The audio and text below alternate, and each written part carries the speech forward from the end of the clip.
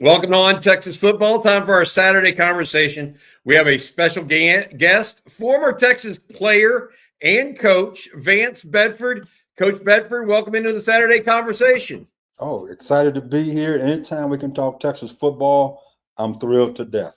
I'm gonna get a hook out of you today before we go. But for those that don't know, captain of the 1981 football team for the Longhorns. Played a little bit in the NFL, played in the USFL back in the days, the San Antonio Gunslingers. Then a long time football coach in and around college football. Spent a few years with the Bears. Was the defensive coordinator under Charlie Strong for the Longhorns. Spent some time in Michigan. Coach Charles Woodson. You got quite the list. 30 plus years in the business, Coach. Thank you for taking the time. And I figured we'd just take a little time this morning and talk a little football with you, if you don't mind. Sounds like a plan. I'm excited. Anytime I can talk about my Longhorns and state of college football. You know, when you retired, you can say anything you want to say. Nobody can fire you. I don't worry about being politically correct on Twitter anymore. I can just speak my mind and laugh every single day. Coach, I got to ask you. You've been at college football in and around it for 30, 40 years now, really. The changes that you've seen, what are the good and the bad that you've witnessed throughout your career, I guess? COVID changed a lot of things. Oh, wow. I mean, let's go back 15 years ago. You went to school to get education. It's 4 or 5 years like a regular student when you were on scholarship. And that was big. You know, right now, I think the University of Texas, it costs $25,000 a year for an in-state student. I mean, so you're talking about somewhere between $125,000 to $145,000 over a 4 or 5 year period to go to school. And that was a lot of money back then. And then if you're an athlete, if you're good enough, you had a chance maybe to go to the NFL. Now with COVID, you see guys 6, 7 years in college. That makes no sense. And now they just implemented a new rule with JC guys. You go to a junior college for 2 years, it doesn't count, and you still can get 5 years in college. That's 7 years. To me, something's wrong with that picture. It still should be about academics. And with the change of money you look at the SEC how it's grown, the Big Ten how it's grown, the ACC, and it's all about football and it's about television money, but people forgot about all the Olympic sports. Think about your tennis team got to travel from LA to Ann Arbor, and they got to go on a rugged charter. What if the plane is delayed a day or two? They missing 3 or 4 days of school right now. So all the changes are about football, but they forgot about all the minor sports right now. And it's really sad that money is taking control of everything else. And I know we're going to talk about NIL, but I'm all for players getting paid. And, you know, I grew up in the Southwest Conference, and back then in the 80s, 70s, and 80s, but cheating was rampant. Let's be for real. Well, when SMU went on probation and their program got canceled, cheating never stopped, Bobby. You know it, and I know it. The NCAA knows it. It never stopped. Now I call the NIL legalized cheating. If you have more money, you can buy players right now. And that's what it comes down to. And the players, I'm looking at Jeremiah Smith from Ohio State, $4 million a year as a receiver. Now people saying he should enter the transfer portal and go back to Miami and get paid more money. Well, wait a minute. Now something's wrong with that picture. What about academics or education? And that's going out the window right now, and it's really sad. And I think it's really affected in a bad way a lot of young student athletes. They're going to pay a price for it 10 years down the line. Yes, that they don't understand it yet because they're going to get money in their bank account, right? But you're sitting back there. You got 40 years experience. Going back and getting your degree can be invaluable, right? And it's something I know you did and helped you on your path towards being a coach for a long period of time. Let me ask you this, talking about a little bit more about the Big Ten and the SEC. You've coached in both. You coached at Florida with Urban Meyer as well. You've coached in both conferences. You've coached at Texas. What do you see as the differences right now between the Big Ten and SEC? And furthermore, the Big Ten now has 2 national championships in a row. Is that just a byproduct? Is it a byproduct or is it just a cyclical thing that you think we're running through right now? I think it's a cycle. I look at the SEC right now, and it is more like the Big 12. Look at Mississippi State. What are they doing offensively? Spread up tempo. What's Yep. Ole Miss doing? Spread up tempo. And what that does, that affects your defense. You go to the Big Ten teams, they're going to play really good defense for one reason. When the weather turns bad in the Midwest now, you can't throw the ball or go up tempo as fast because you get behind the sticks and you play good defense, you win games, and you play for championships. And people, let's talk about the Big Ten. People don't realize this.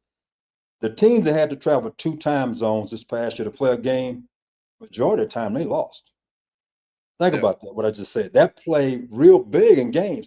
Now, Ohio State showed how good they were. They almost beat Oregon in Oregon. But otherwise than that, Penn State went out a day earlier to play an average USC team and barely won. If they'd have played in Happy Valley, they'd beat Penn State beat USC by 3 touchdowns. That travel has affected these football teams. And I can't wait to see how it's going to affect basketball, baseball, and other sports.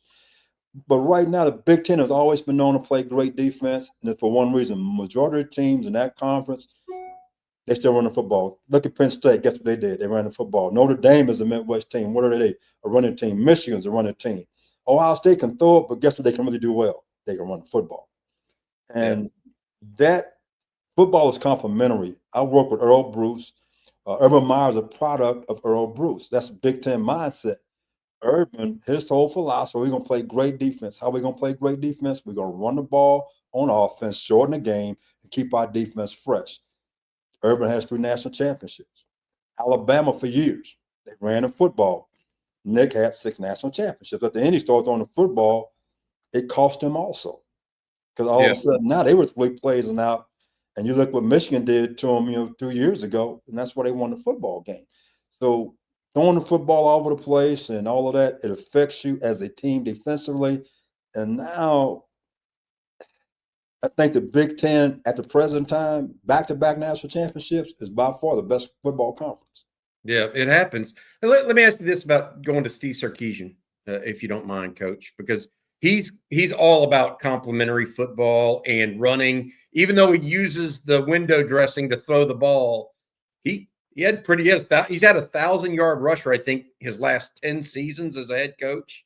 He runs the football. I mean, that's proof in the pudding, right? That's not just giving words to it. And he didn't even start the new running back until the Oklahoma game this year. Trey Weiser didn't get a start, and so he did it. But he has this notoriety as a wide open pro-style coach, West Coast offense.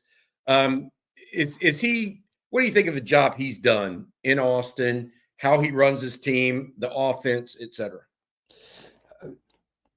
Steve has done a tremendous job. I mean, you're talking about culture, getting the players there. He's done a tremendous job in recruiting and keeping players there. And that's where you look at it. Texas, deep money.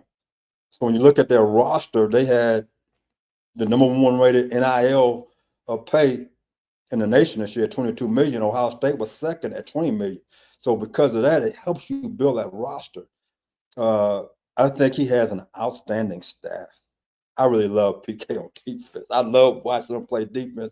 They back to how defenses used to be played in Texas in the 70s, 80s, and then when Mac was there for a while.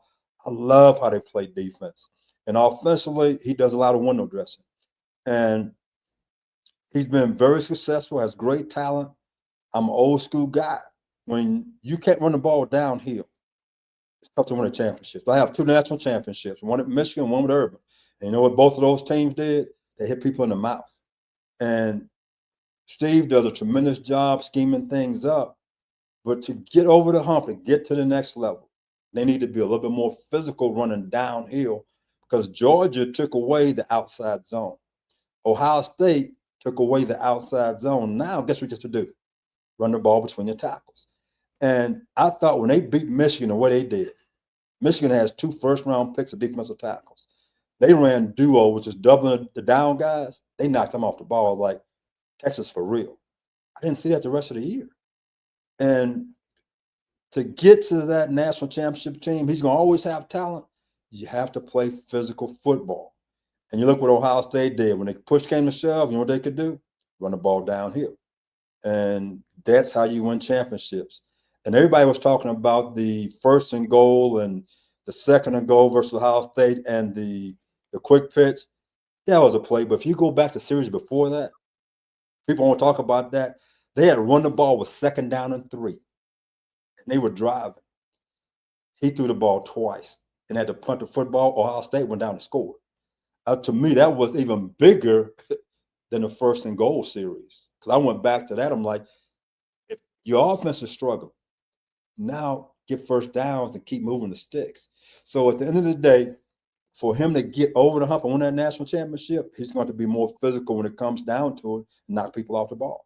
But I do love what he's doing from recruiting. I think his staff is one of the best staffs in the entire country. His strength coach got strength coach of the year. He has everything rolling, and the fan support has always been great at Texas and still is. Yeah, he's got. I think to your point, right now it's not about whether or not he's a good coach or even a good fit at Texas. It's whether or not the grand prize. He's got his eyes on the grand prize and what it's going to take to win that big one. Right?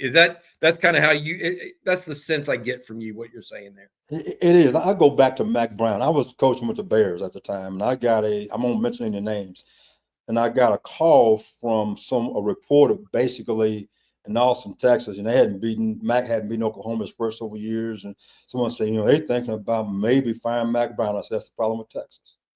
So you leave Mac Brown alone, he's going to get it done. And of course, Vince Young came on, won a national championship, he gets on a roll, and sometimes people who don't really know what's going on, get out of the way. Sark has done a tremendous job. I think he's in a great position to win that national championship. I think certain things have to adjust. And again, I'm going back to all the great teams at the end. You got to be able to be physical and run the football. And I think if he does that, he's going to win them a national championship, maybe 2 or 3. Before we go to the next question, I want to ask you about that run game because you're a former defensive coordinator. And I want to ask you about an element that may change this year for Texas with Arch Manning expected to be the quarterback at Texas. Before we do that, Coach, I want to say thank you to Laura Baker. She is our sponsor for the Saturday Conversation.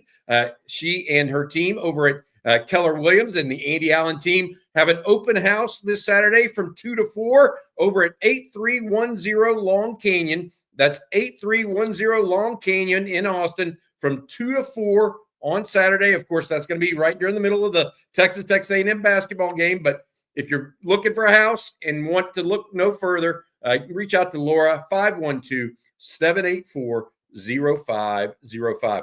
Coach, I talked a little bit with you about, and I mentioned the Texas run game. Arch Manning is a bigger run threat than Quinn Ewers ever thought about being. Big, physical, but that's not what Sark likes to do. Okay, so I'm not talking about your typical QB run game, but I sat there and watched in the national championship Will Howard make first downs on third down runs. Riley Leonard, that was the only way Notre Dame could score for the first 3 quarters. How important these days is incorporating the QB run game at some level to having that downhill running effect? I mean, is that something we can look for Sark to try to lean on just a little bit, not whole hog, but just a little bit? And as a defensive coordinator, what does that do for you? Well, first of all, you go to the 2 games Arch started this season, he actually ran some true zone replays. Arch for the football. So I believe that Sark already has that incorporated into his offense. Quinn was not a runner. It wasn't, people say it was RPO, it was more play action pass because Quinn was just fake the zone and was throwing the football. Arch is the guy that he's going to utilize. Now, he's not going to do what Will Howard did at Ohio State. He's not going to ask Arch to run the ball 10, 15 times a game, which a young man did at Notre Dame. He's not going to do that, but it's going to be in there. And if you don't pay attention to it as a defensive coordinator, Arch can hurt you. So I think it's already into Sark's package. And I think we're going to see Arch probably pull the ball anywhere from 5 to 8 times a game this coming season. So when you have to defend that, now you have to defend 11 people against the run game, not just 10. That makes it a lot more difficult because now he's part of the situation. And RPO is nothing but option football. It's going back to when I played at Texas when we had to defend the option. I mean, if you have 2 receivers, 3 receivers out wide, the bubble is a pitch, the back in the backfield is a dive, and the quarterback pulling it. That's 100% old-fashioned wishbone and just spreading you out. So Arch is going to add that to the offense this coming season. Now, I'm going to go back to Ohio State game. And I don't know this for certain. I'm just guessing. I think on the 4th down when Arch pulled that football and got hit, I'm thinking he was injured. Yes, yeah. That's why people say, well, how come he didn't come in on the goal line? And Sarkis never said one word about it, but the hit that he took, that was a vicious hook because he actually dropped that ball, fell on it. Yeah. I think he had a minor injury is why he didn't come back. Just an opinion. I could be totally wrong. No, it looked like he got knocked woozy to me. Maybe not a full-on concussion, but one of those, well, wait a minute. And so you're not going to put him down there on 2nd and goal at the 1 and fumble. That's exactly right. And I think we'll see actual true quarterback sneaks too with Arch Manning. He's got that bigger frame. Talk about him as a passer and what maybe he brings to the table that maybe Quinn Ewers did not, or vice versa. What you've seen from Arch in his time at Texas. What do you think he brings maybe? Quinn was a guy who could read the coverage. He could put you in the right play. Quinn would throw the check down. The few times I've seen Arch have opportunity to play, he was looking for the home run shot all the time. He was looking for the big play. He didn't understand that moving the sticks is more important than trying to make one play. So sitting back, having an opportunity to watch and learn from Quinn, I think is really going to benefit his ball game. He throws a beautiful deep ball. Now he has to be in position to see the entire field. Hey, deep ball's covered. I don't throw the check down. I don't get 5 yards. Keep the chains moving. That's where his game needs to develop. And going into this spring, that's going to be a big thing to see how much he grows, understanding, hey, I want to get a 1st down. Let's be in 2nd down and 4 instead of being 2nd and 10. I threw a deep ball, it's an incomplete pass. And once that part develops, I think we're going to see a better version of Arch. And because of what he brings to the table, you might see more bootlegs and nakeds, getting them on the perimeter with run-pass options. Because when you play a team like Ohio State, for example, guess what they did with their quarterback? They got him on the perimeter. And with Arch, and you can run on a naked, nothing there. He could pull it down and take it for 55 yards. That's the one thing he's going to bring to the table that Quinn could not bring to the table. Got it. Question for you. You said you liked PK's defense there and how they played. They've improved steadily since he got there, right? 5-7 that first year. They, in the second halves of games, they would get run over on defense. Then he got better, 8-5. Last year, national semifinal. This year, they finally got a pass rush. Is that really what they were waiting on, what his defense needed to kind of mature? Or was it also getting the players familiarized with his scheme? Was it a little bit of both, I guess? The first time they had a pass rush this year. He hadn't had one until this year. It's a combination of both. When you look at the players he had, think about it. He basically had 2 first-round pick D tackles last year. My man, I remember when Sweat was a freshman, he was 295. I'm thinking, this kid's going to be special. He has all the attributes you look for. He has strength, quickness, and speed. Then he got to 350 pounds. That quickness and speed he once had as a freshman, he became a bull rusher. So when you look at those guys he had last year, they were more or less bull rushers. Didn't beat a lot of people one-on-one. His best pass rush was when Hill was a freshman. They put him at defensive end and rushed the passer. Yeah. This season, he had 2 defensive ends that can beat guys one-on-one.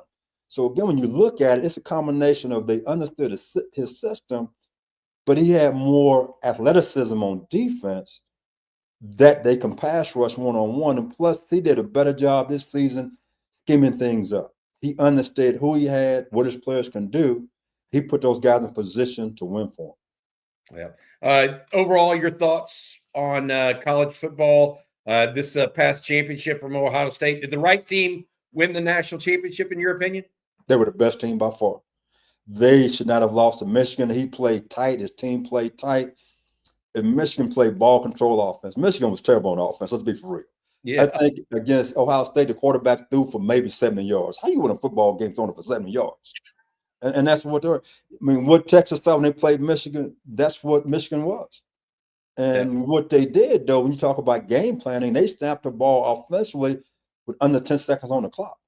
They stayed down to 2nd and 3 to keep Ohio State's offense off the field. Losing to Michigan, Ohio State realized we got to do more things moving guys around, and they did. Because of that, they had success. But PK did a great job. And the reason I'm saying this because you're already a zone team at Texas. He just threw a little bit more coverage 2 into it. Not as much, but just a little bit more than what he normally does to take things away. And you had a national championship defense, but you only had a semifinal offense, is what you had. And special teams that hurt us in some key games this year could have been really bad versus Ohio State. But we need to improve in that area, and we got to improve offensively. But Ohio State was by far the best team. Like I said earlier, they went to Oregon and almost beat them there. So I felt like if they played on a neutral site, they was going to beat Oregon by going away. And University of Tennessee had no idea who Jeremiah Smith was. They said we saw as good of receivers in the SEC. No, they didn't. If Jeremiah Smith could come out right now, he'll be the first receiver taken in the National Football League draft right now. He's that good. I tell people he reminds me of Julio Jones. I had a chance to coach against him at Florida when he was at Alabama, then also in the league when I was in Chicago. Size-wise, speed-wise, he reminds me of Julio Jones to a T. Wow. That's a high praise, Coach. All right, that's going to do it for this Saturday morning conversation. I appreciate Coach Vance Bedford, former high school state champion. His dad, Leon, was a defensive coordinator for Beaumont's Hebert High School back in, I think, 1979. Is that right? Or 78? That was 1976. We won a state championship. Yeah. Wow. Well, I know a lot of people. That's how old I am. Dude, thanks for all your time. Thank you for what you've done for the University of Texas. Former captain, team captain, 1981 with Les Koenig. You mentioned both a mutual friend of ours as well. So, Coach Bedford, thank you, and you have a good one, Coach. He is retired, by the way, living in Loveland, Colorado, hanging out, doing his thing. Coach, you have a good one, man. Hook 'em. Hook 'em horns.